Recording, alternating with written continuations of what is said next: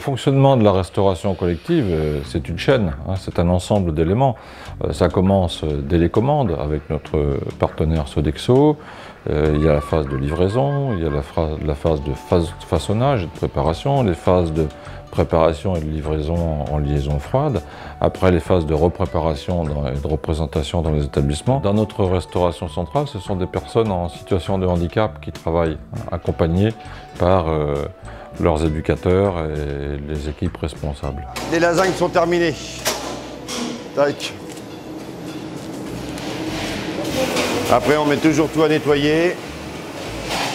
On retire les gants à chaque utilisation de produits différents. Voilà. Et une fois que c'est mis en barquette, on met ça au labo froid et Nathalie est ferme. Le travail qui est fait n'est pas toujours connu et mérite d'être valorisé, montré et expliqué. De tôt le matin, pour l'accueil des marchandises, jusqu'à la livraison des repas dans nos établissements. On fait 1400 couverts par jour, avec une équipe de 14 personnes, dont moi qui est responsable de cuisine, chef de cuisine. Mon rôle est de gérer l'équipe et la production. J'ai un second de cuisine, un réceptionniste, un îloteur. Au labo froid, j'ai 3 personnes. Labo chaud, 3 personnes. À la plonge, 3 personnes. Et 2 personnes de self. Le matin, on arrive, on regarde tout ce qui est étiquette, la production, quoi. Ensuite, on met en cuisson. On refroidit toutes nos cuissons dans les cellules de refroidissement.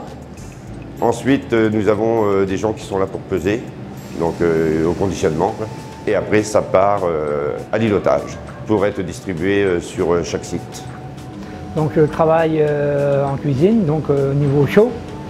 Donc je fais tout ce qui est pesé en fait.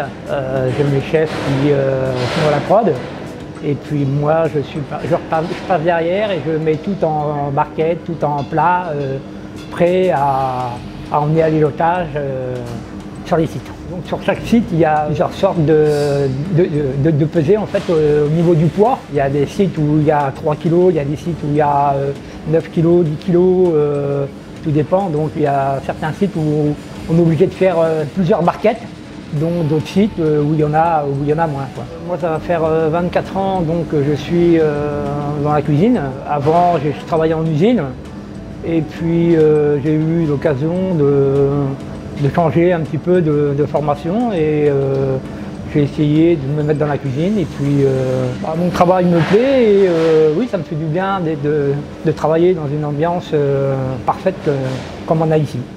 Le temps de repas, c'est un temps de plaisir pour les uns et pour les autres. Et on doit trouver dans l'assiette une alimentation de qualité qui doit être renouvelée et adaptée tous les jours en fonction des besoins des usagers. Il faut que ce que l'on fournisse au niveau des produits et de la prestation soit de qualité pour tous. J'ai mangé des tomates, du poulet avec des fruits, du fromage et du fromage blanc. Le repas était bon. J'aimerais moins manger de poisson et plus de viande. J'ai préféré les pâtes à carbonara et la paella. Je mange tous les midis ici. Ouais. Alors les objectifs se trouvent illustrés dans la charte qualité qu'on va signer avec notre partenaire Sodexo au niveau de cette restauration collective.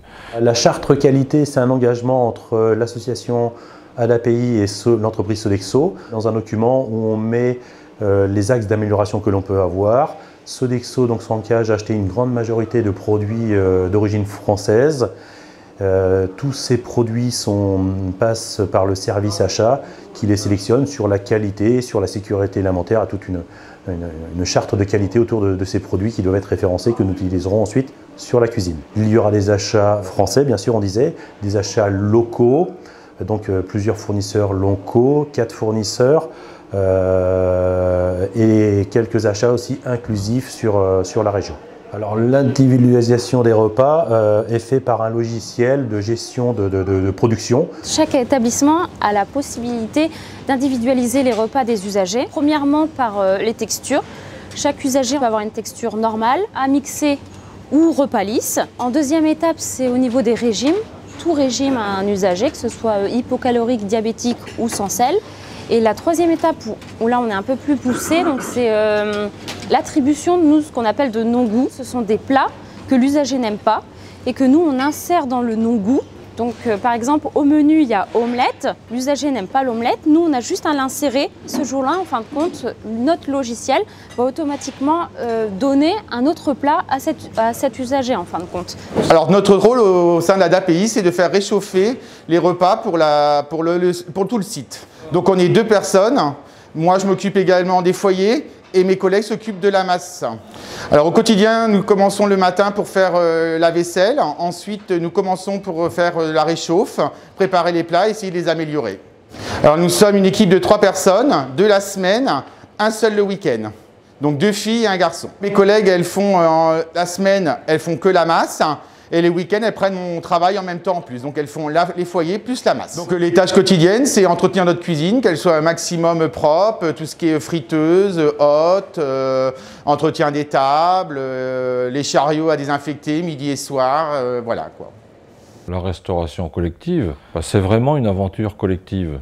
Et donc c'est la capacité qu'on a à faire ensemble, jusque dans le détail, qui témoigne de notre niveau d'engagement, les uns et les autres. La charte d'engagement porte tant sur la qualité des produits que sur la qualité des prestations. L'idée étant d'arriver à vraiment une prestation qui fasse plaisir au plus grand nombre. La participation en vue de cette amélioration de la qualité, elle se fait au travers de diverses instances. On a les conseils à la vie sociale qui peuvent déjà faire remonter des choses, mais on a aussi une commission restauration qui se réunit régulièrement et qui travaille. On a des enquêtes de satisfaction. Ça a permis de mettre en avant diverses choses, donc des menus un peu plus variés, des menus plus saisonniers, des repas à thème aussi. On travaille aussi, et c'est bien normal, beaucoup sur la question des déchets, parce que bon, quand on a beaucoup de déchets dans une restauration, ça veut dire que les gens n'aiment pas trop ce qu'on leur sert. Donc il faut vraiment travailler sur tous ces sujets-là. Et ça, c'est vraiment un travail au quotidien. Donc voilà, il faut saluer tous ceux qui s'investissent sur ces sujets-là. La commission de restauration, ça sert à choisir les menus sur, je crois que c'est 5 semaines, je crois. Ils choisissent les menus et après ils les mettent pour la période d'été ou la période d'hiver, je crois. J'ai juste été convié une fois, on m'a proposé d'aller y assister pour voir comment c'était. Et c'est là que je me suis rendu compte comment fonctionnait la commission. On mange, alors on prend nos cafés, on prend notre temps. La table elle est débarrassée et on range la vaisselle, on fait le ménage. J'ai aimé le repas. J'ai mangé de tout.